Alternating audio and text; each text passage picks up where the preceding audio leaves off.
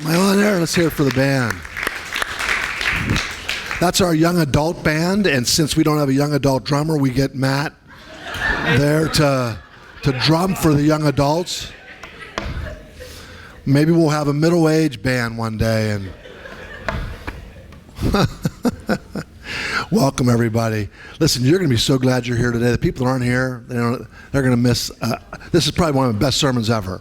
I'm just saying that because they're not here, but hopefully it'll be a good sermon for you as well.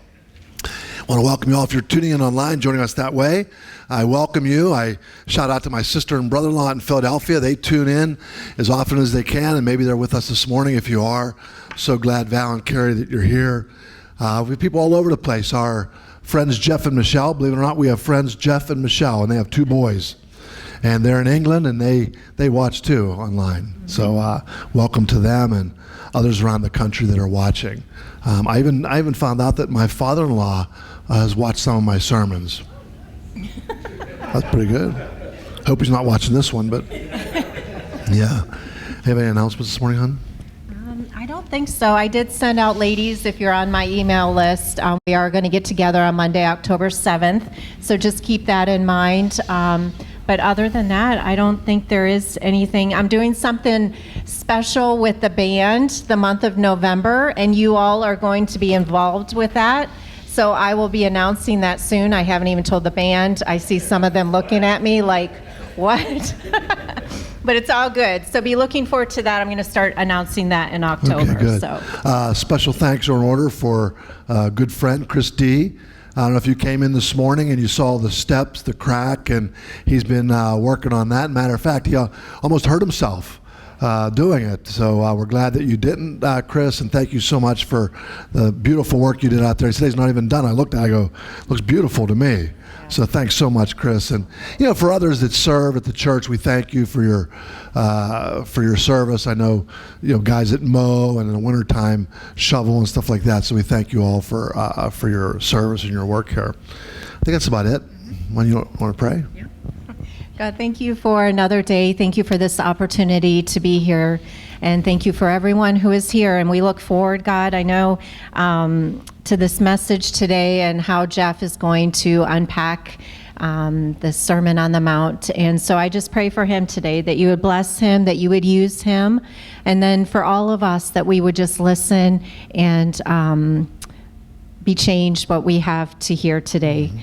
So I thank you, and I pray you bless Jeff as he speaks in Jesus' name. Amen. Amen. Amen. So as you guys know, Brent and Annie moved to Florida, and so we have a spare bedroom there. It's empty, and so Michelle went in there the other day and started going through his closet and everything, and started pulling all kind of stuff out and setting on the beds and stuff like that. And Brent loves games. Brent loves games. He loves playing games. And so all these games are out there. So I brought a couple of them here today. One of the games that, and she wants to get rid of them. I said, you can't get rid of those games. One day we're going to have grandkids and we're going to play. But one of them, ever played Risk? Right? What's Risk of? A game of what? World domination, isn't it? Game of world domination. And there's another game that everybody's familiar with, is this game, right? Monopoly. How many played Monopoly before? So I remember playing as a kid, playing with my brother, and you have to learn how to play Monopoly, don't you? What I'm saying is, it's not just a game that you could just kind of go through and I can't even figure out how to open it. There we go, like that, right? And so the purpose of the game is what? Purpose of the game is to accumulate as much stuff as you can, right? At the detriment of who? All the other players that you're playing with. And I remember I used to play with my brother, and he used to beat me all the time. And I figured out you have to learn how to play the game.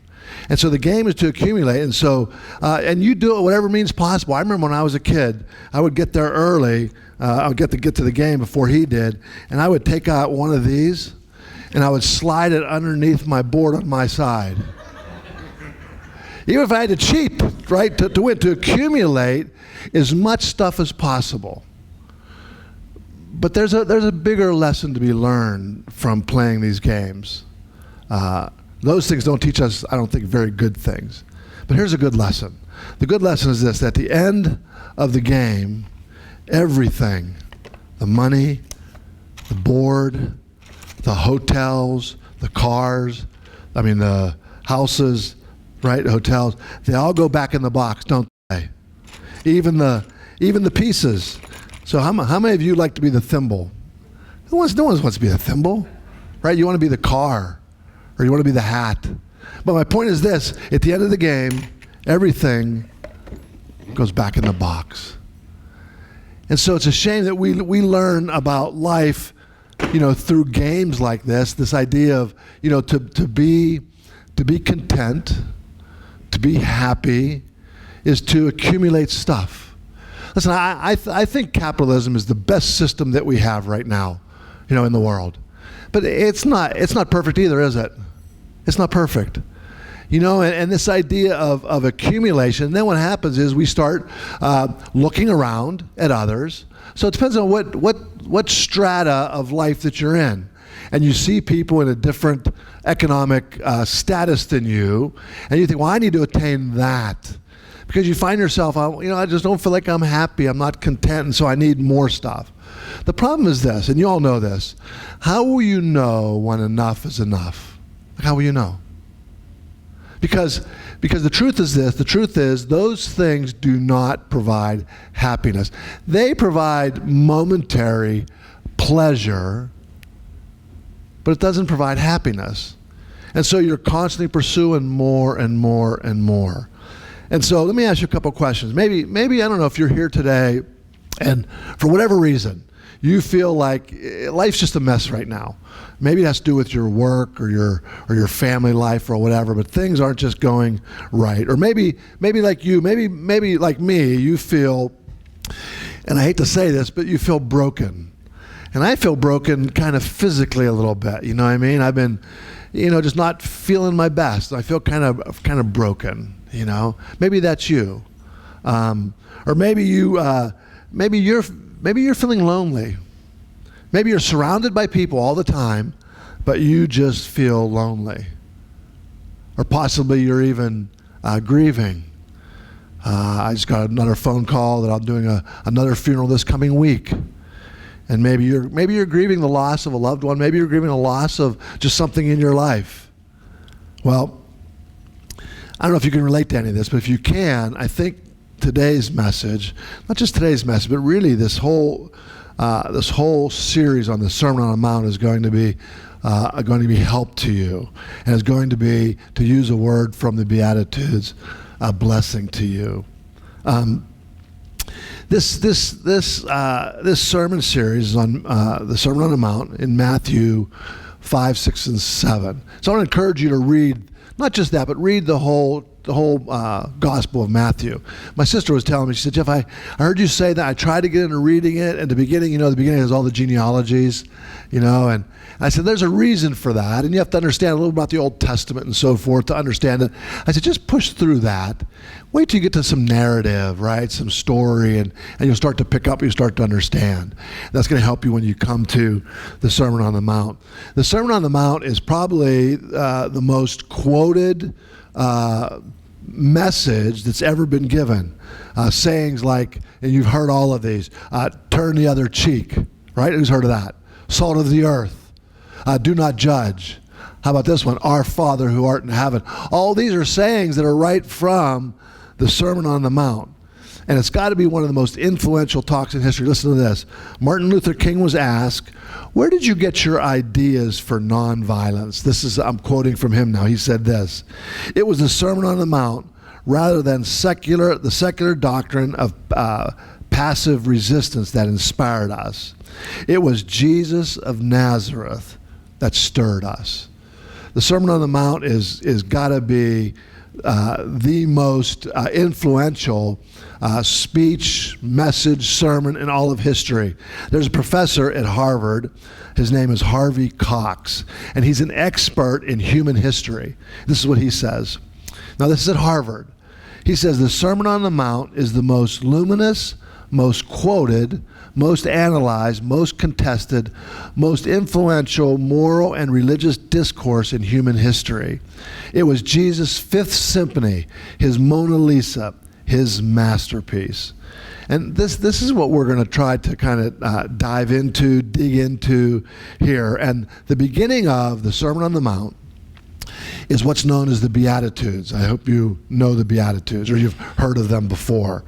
And so they're so familiar to us that, we just, like a lot of things, we just kind of goes into the background. I was talking to my nephew last night, and I'll talk more about this later too, but like my valve in here just, it thumps. It's like someone's inside of me doing this. Just thumps, right? And it can be quite disturbing, right? And challenging to me. And so I'll talk a little bit more about that as time comes. But the Beatitudes talk about a different way of living life than the way that the world lives, right? So let me just talk a little bit about first century, if I can. You had the Romans, who were the political leaders of the time, right? And the Romans were such that what was important to them was like the game of Monopoly. It was to try to accumulate as much as you can. And how do you do that in Roman times? Well, you do it like people do today, not people, governments do today. You do it by what? Power, by might, by strength. And this is what they did. And so the Romans was called the Roman way, Via Romana. And the Roman way was this. The Roman way was glory, honor, virility, sort of like this. Do unto others before they do it to you. That's kind of the Roman way. And to get as much gain as they possibly can, to gain as much prestige as you can. The bottom line was this. To conquer was glory, to be conquered was disgrace. That was the Roman way. And unfortunately, it seems like, a lot of our mentality today, governmental-wise, is like that, to accumulate as much as we possibly can. So in a recent article I was reading, it said this: our culture is turning into a bunch of hyper-aggressive, homicidal maniacs. Maybe that's a little strong, right? But I tell you what, it's not going in a positive way. Let's put it that way. And so it was talking about this article was talking about our culture's turning into a bunch of predators and prey. He used the example of a T-Rex being the apex predator, right? That was the top of the food chain. And so accumulate, get everything you can by force. This was the Roman way. Now there was another way at the time too, and that was the religious way. So you had these religious leaders that would say that the problem is the reason why they weren't maybe the top is because of you, right? Because of the population, their followers. They were sinful and they weren't living right. And so I may know the Ten Commandments. You know the Ten Commandments? There weren't just 10 commandments. There were 613 rules and laws, commandments in the Old Testament. But it didn't stop there. They increased that to, they had these kind of amendments. And there were like over 1,100 amendments to that. And one of the amendments was this. So the Ten Commandments says, keep the Sabbath holy.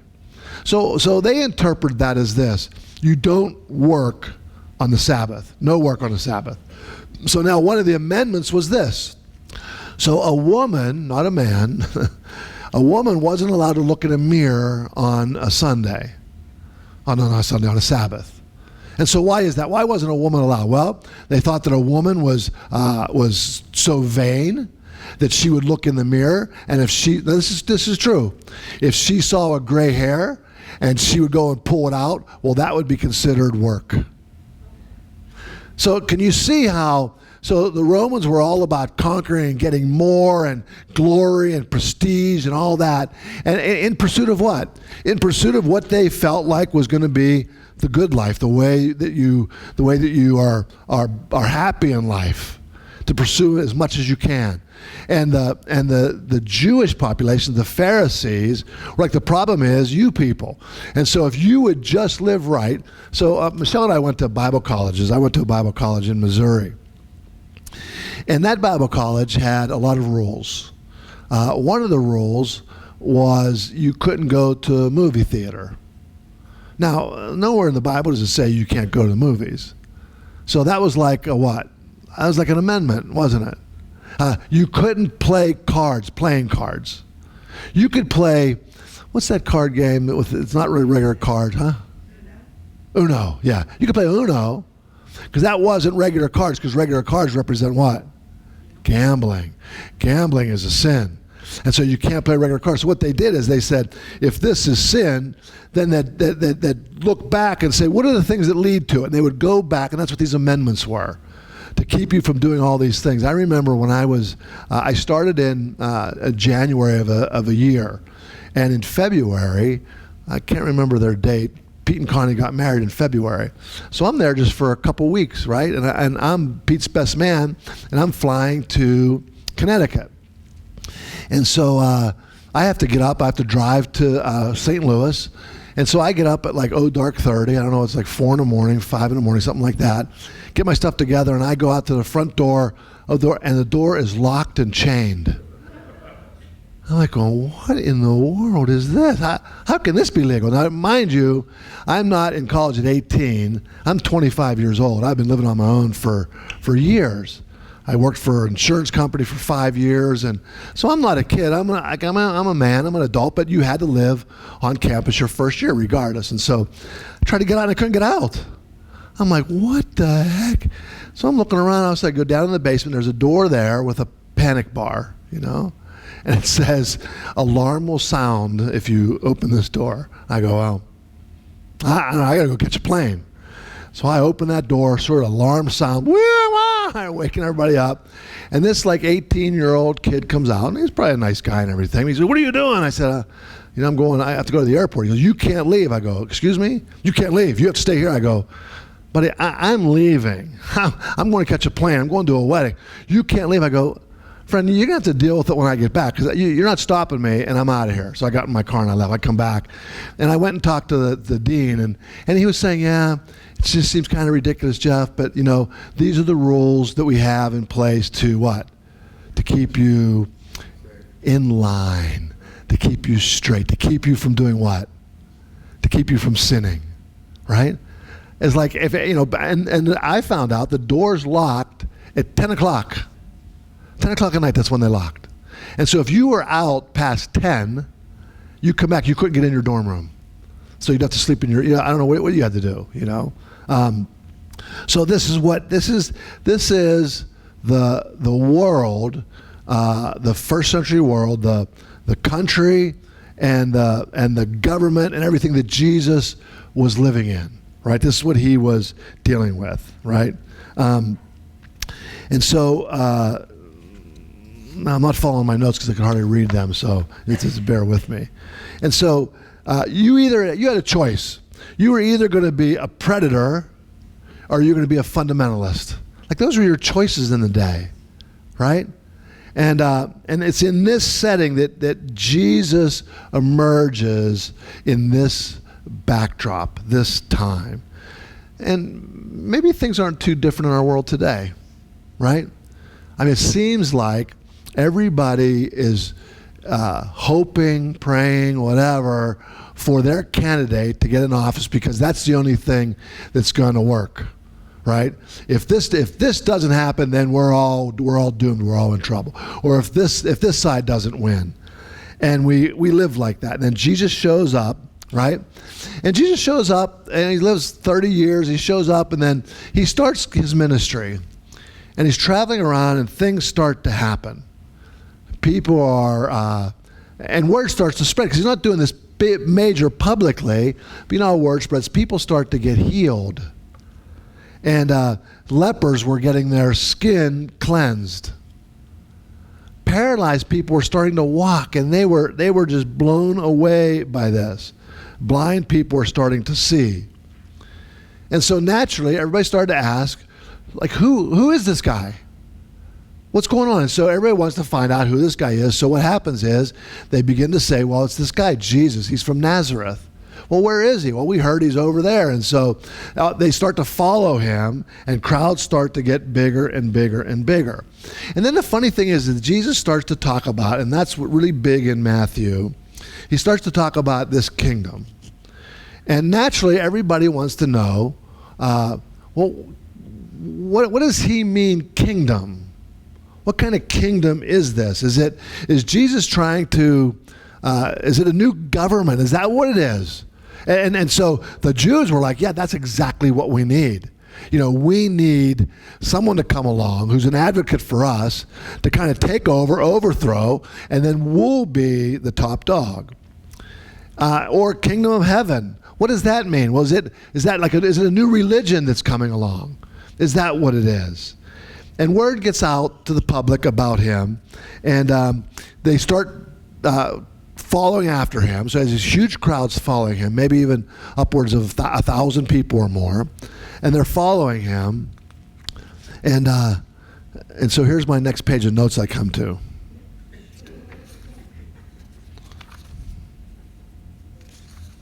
There we go. All right. Thanks, Michelle. I appreciate that. She printed them out for me this morning. And so here's what happens. This is what a teacher would do in that time, a rabbi would do. A rabbi would get his kind of followers together, and he would sit down and he would start to talk to them. Okay? Now let me tell you a little bit about this. I was talking to a friend of mine just last night about we call his followers, his main followers, his disciples. What was a disciple? Well, a disciple was one I talked about last week when Jesus was a rabbi, said, come and follow me. He was saying, I think you have what it takes to be like me. And then what he would do is he would teach them his ways. And so a disciple would try to emulate his rabbi, his teacher. And so what the rabbi would do, the rabbi would sit down and he would talk to them. He would disciple them. And so what we see here is we see Jesus now. There's like this outer ring of 1,000 people. Now they were kind of called his disciples too. Some of them, they were his followers. There were Romans out there and that, interested in what's going on here because maybe he is starting a new government. So they're out there in the crowd. There's the Pharisees, the Sadducees. There's all these out there in the crowd, right? And so they're wondering what's going on. And so Jesus is speaking to them too. But then he has his disciples that are close to him. There's 12 of them. Isn't that right? There's 12 disciples. And they're kind of closer to him. He's really really mentoring them and really trying to get them to understand and follow. And then we have 3 out of those 12 that he really spent time with. So I want you to know that this is a side note here from the message, but this is a great picture of what discipleship is. How many know what the Great Commission is in the Bible? Matthew 28. Go into all the world and make what? Converts? What's it say? Go into all the world and make disciples. Make disciples. That's our job. To go in the world and make disciples. And something else I was telling my friend, I was saying, the Bible talks about how the church functions. Now, you may not like this, but this is what it says. You come here and you kind of think, well, Jeff's the pastor and Jeff is in ministry. Right? Jeff's a professional minister, right? He's in ministry. But the Bible says this. The Bible says the job of a pastor is this: to equip the saints, for the work of the ministry. Did you ever read that before? See, that's my job. So this, according to what the Bible is talking about, he's not calling this ministry. He's calling what you do in the world, when you go out in the world, that's ministry. Well, what is that? Well, that's evangelism. That's talking about Jesus. How many of you have ever gone to see a movie that you thought was so good? Anybody? Like you just thought it was the best movie ever. Did you tell anybody about it? Of course you did. Of course you did. Why? Because it was good. And you said this, you need to go see that movie. Right? My question is, what about your faith? Is your faith that good? Is your experience that good within a fellowship of believers? Like in church, what we do? Is it good enough that you go, oh, you got to see this. You got to be part of this. You got to try this. Why? Because it's life-changing. Like it is that good. And that's part of discipleship. So it's evangelism, but there's all different kinds of evangelism, right? It's not standing on a street corner telling people, turn or burn, that sort of thing, right? It's getting in people's lives and loving them and planting seeds. The Bible says some plant and some water and some reap the harvest. So sometimes when you're talking about your faith and talking about Jesus, you're just planting seed. You're planting seed. You may not see anything of it.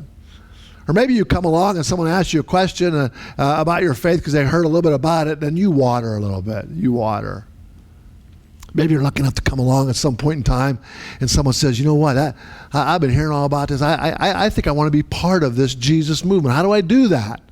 Right? And you see a harvest. And then what happens is you begin to, and this is the pattern. Jesus discipled his disciples, and they became like Jesus. They went out and would try to replicate themselves. That's what they did. And that's what Paul was doing. Paul was out preaching the gospel. People were hearing the gospel, accepting the gospel, and then they were becoming part of a local body, and then they were being discipled by Paul so that they could go out and do the exact same thing. That's what this is all about. So it's in this backdrop that Jesus starts to talk about his first word when he sits down with this crowd. Imagine this. The thousands are there, the disciples are there before him and everything. The first word out of his mouth is blessed. That's the first word Jesus says. When he says blessed, we talked about this last week. What is he saying? He's not talking about, a definition could be happiness, but he's not talking about that. He's talking about something more, a wholeness, a completeness, or you might say it this way, divine favor. Divine favor. And so, not talking about, the way to do it before was to be the connected, right? To be part of the powerful or the pious. And Jesus was saying something completely different. He comes along, he said this, blessed are the poor in spirit. The poor in spirit, well, the Romans are going, no, we're the exact opposite of that. We're rich in spirit, right? We're the top. We're the apex predators. We're the top. How are they the blessed one? Now think about that crowd for a minute. Remember I talked about disciples last week? The disciples were all Jewish kids went into training to know the Torah. And only the elite, the best of the best were picked. And the other ones, as they kind of went through their training, were maybe picked out as being not able to do it. Said, go back home. Go back home. You can't do this. Go back home. Go back home. Go back home. And so that's how many have ever been turned away from something before? You didn't make a team, didn't get it right, or you're standing in line when they're picking players, and you're looking around as 20, and then there's 15. Then there's 10, then there's 4, then there's 3, and you're going, oh, I don't want, not last, just not last, right? And so it's in this world that Jesus comes in and says this, listen, blessed are the poor in spirit.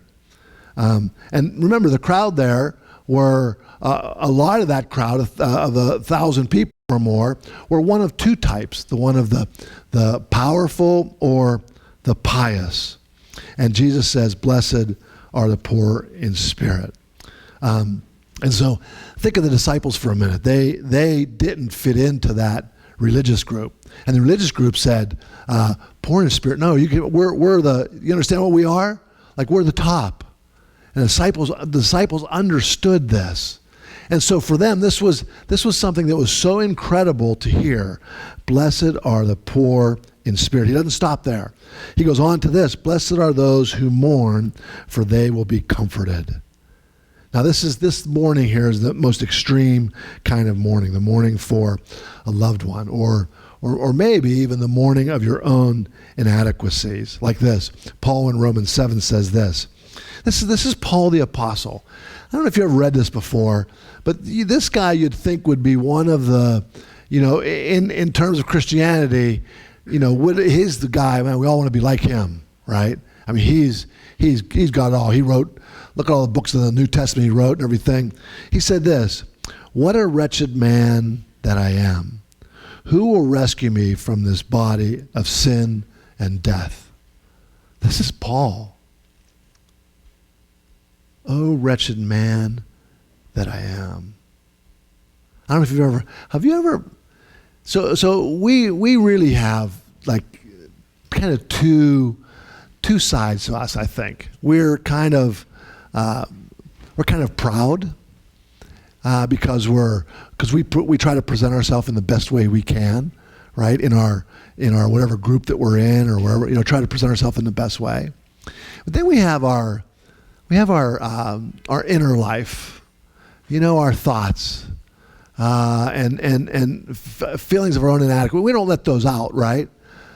We don't be vulnerable and let people see those things, because why? Because if they do, they may not like us. And so we have these kind of two sides to us. I don't know if you ever felt like that before. But in this land of predators, you can't let yourself be known like that, because why? Because you'll be taken advantage of. And so things like, blessed are the meek, for they will inherit the earth, right? Listen, the meek is simply just this. The meek is simply the opposite of proud. It's the opposite of proud. And then when you lose that prideful nature, when you start to understand, then this comes along. Just that Jesus says this, blessed are those who hunger and thirst for righteousness, for they will be filled. Hunger and thirst for God. Have you ever been there? Have you ever, think about this for a minute. When life is going good, when you got plenty of money in the bank, and everything's going well, you're healthy, kids are healthy, they're thriving, is there much need for God in your life? I mean, there's always need for God. We know that intellectually. But when you're living the life, when you're living the dream, right? When you're living like Lonell, no, I'm just kidding. When you're living the dream, it's kind of like, I'm doing well, right? And maybe you go to church, maybe you don't, maybe you read your Bible, maybe you don't, because life is good. And then something happens.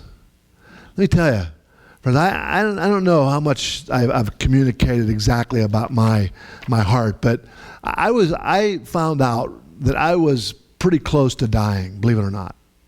So have you ever heard the term widowmaker? Okay. The left anterior descending artery, that's the widowmaker. Mine was 95% blocked. 95%. Along with two other ones, 170 and 150. But the left anterior descending, the LAD they call it, was 95% blocked. Not only that, my aortic valve that was only functioning off of one flap had severe, not mild, severe stenosis. Stenosis means a hardening. And so even that one flap that was working for 63 years was getting worse and worse and worse. It was letting less and less blood through. I was driving the other day and I was just thinking about that. I was thinking about, it could have been any day. Literally, it could have been any day. And somehow God did something in my life to make me ask about being seen. Now, is everything perfect? Everything's not perfect now. Like right now, I gotta tell you, my heart's, I feel that valve and I feel, it doesn't feel good. It feels like my heart aches right now. It hurts. But let me tell you something about that. Let me tell you, you know what I do all the time? I hunger and thirst for God. Now, granted, some of it's selfish. I want him to take the pain away and all that kind of stuff. But I know better, and I say, God, help me through it. Help me through it. Can I just tell you that God is on my mind the majority of my day? The majority of my day, no matter what I'm doing. Because the thumping in my chest reminds me of what I've experienced and what could have happened to me. So maybe the thumping is a good thing. It's like someone inside of me doing this. Nonstop, 24/7. Maybe it's God tapping on me to remind me. Blessed are those who hunger and thirst for righteousness, for they will be filled. These are the people that Jesus was talking to. He goes on to say this. He starts talking about type of soldier, if I could say it that way, that would be in Jesus' army, right? He said this: blessed are the merciful. Now, the Romans, did they show mercy? No mercy. No mercy. And Jesus says, blessed are the merciful, for they will be shown mercy.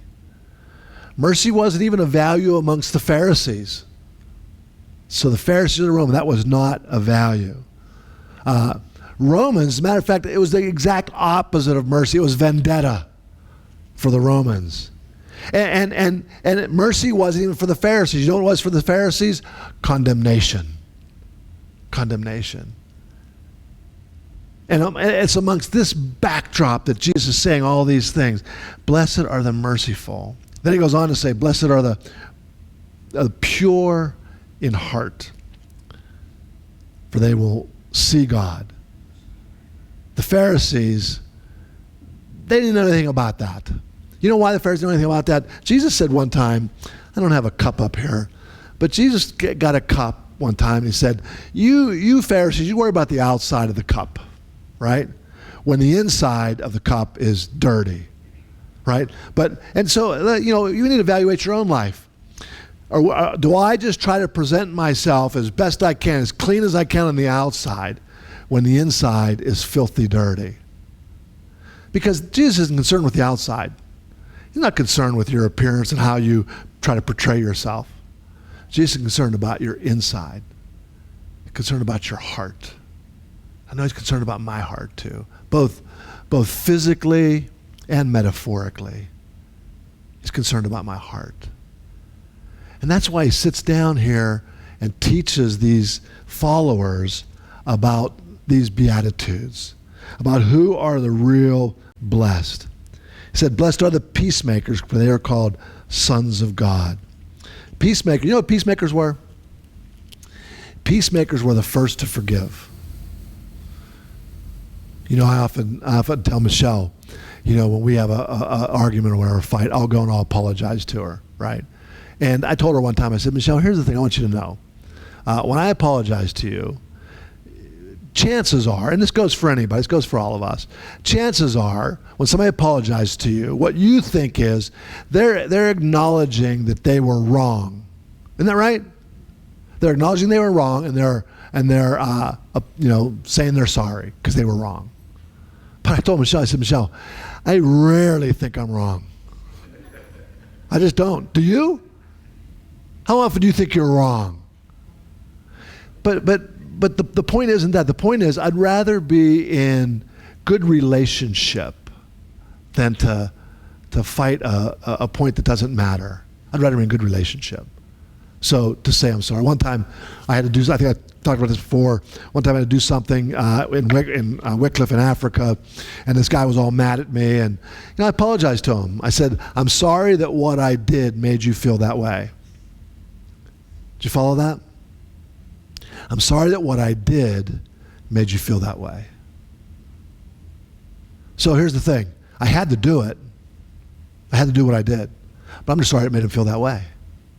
And he berated me for about 45 minutes before, and my mentor just told me just sit and listen to everything he has to say. When he was done, that's all I said to him. And he walked away satisfied. He went and told my director, wow, it was a great conversation with Jeff, and we really worked things out. He got everything off his chest, right? And I just said, I'm sorry it made you feel that way. Blessed are the peacemakers, for they will see God. Are you the first to make peace? Or are you the holdout? Do you hold out? Do you wait for the other one to come and say they're sorry? Try to make amends. Try to make peace. You might be even persecuted, right? Maybe you're at a place where your Christianity gets persecuted. Well, it talks about that too, about the persecuted. It talks about all these things in these Beatitudes. Listen to this. I was reading, this was a while ago, so I don't remember. I tried to look up the story. I couldn't find it again. But there were these, you'll know this, well, you might know the story.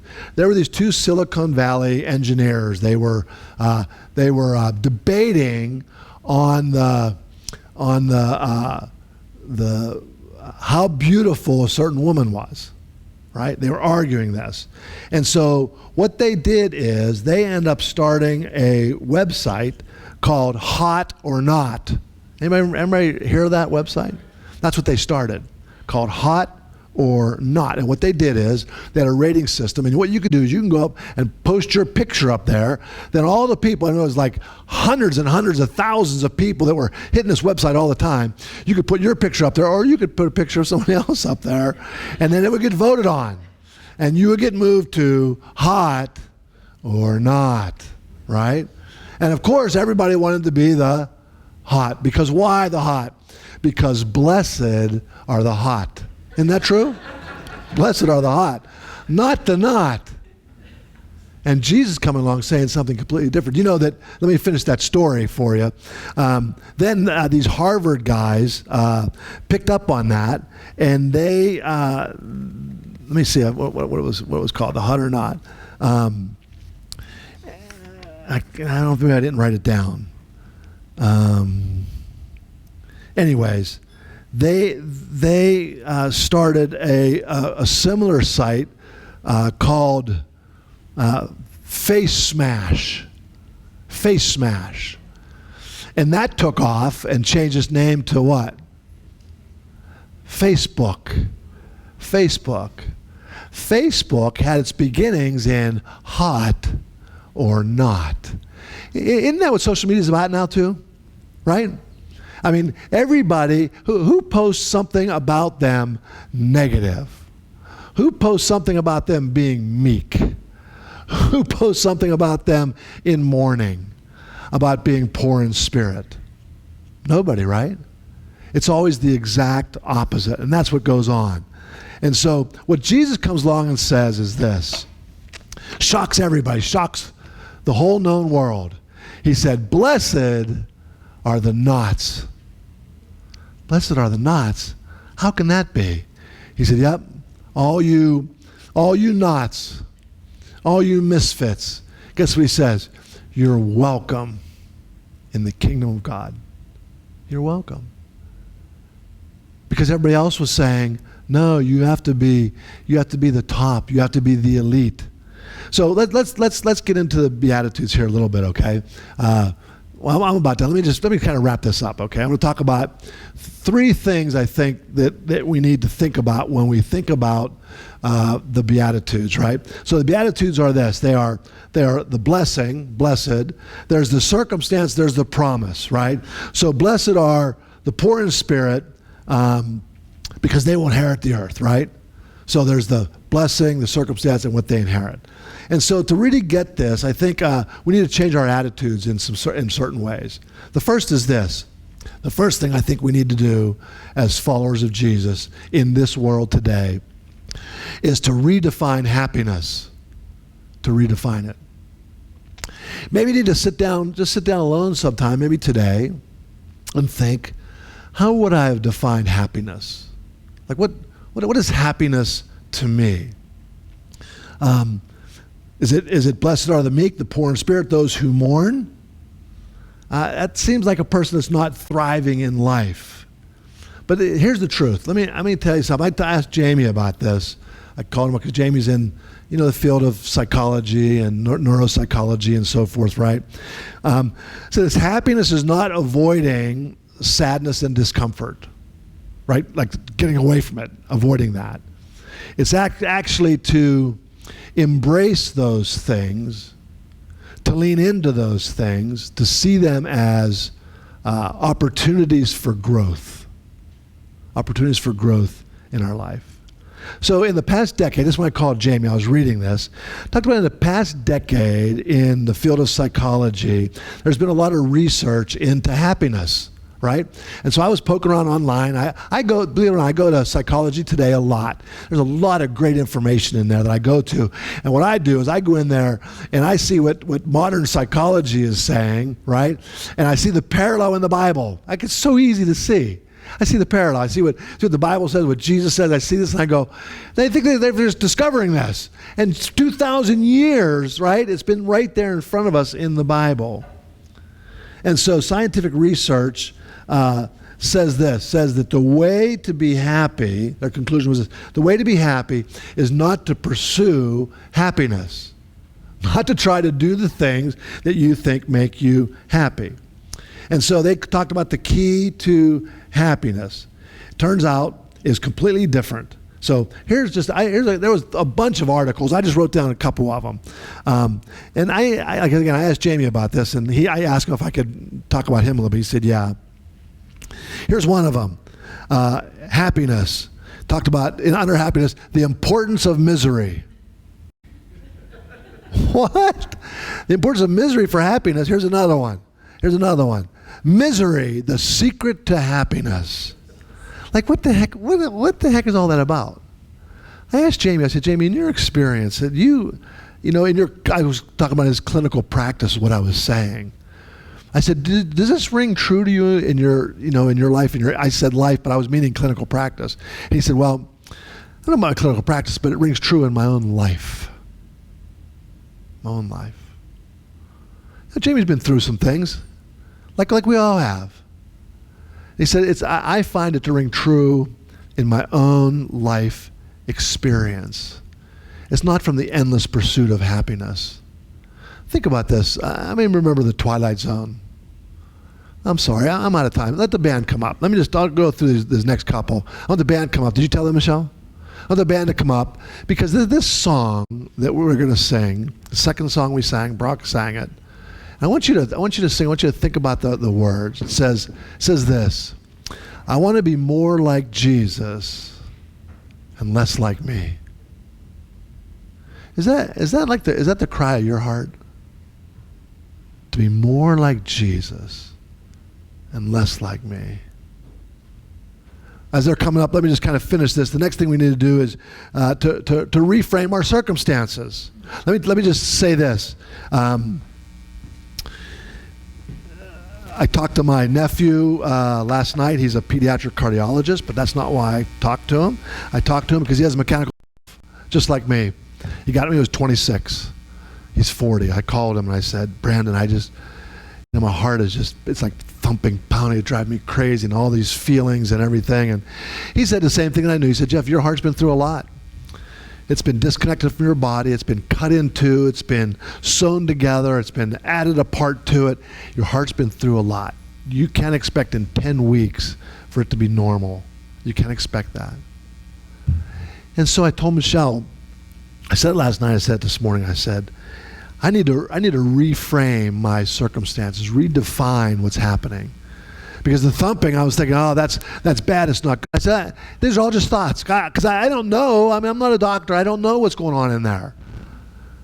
So I told her, I started to just lay in bed last night and started to think, man, thank God for that thump. Right? Thank God that thing's working. Thank God my heart is pumping. Blood's flowing through my body. I'm so lucky. I'm not lucky. Guess what? I'm blessed. I'm blessed. I may be poor in spirit sometimes, but I'm blessed. You know, friends, I think this is the whole Sermon on the Mount, from the Beatitudes all the way to the end. And we're going to do this all for the rest of this year. Is this we need to start to redefine how we understand this life, how we think about it, and where true happiness comes from, and how do we live that kind of life. It's a good thing, isn't it? All right, we're just close with this, and if you could just close us in prayer, Mac, when we're done, Sure. if you don't mind doing that. You grab that.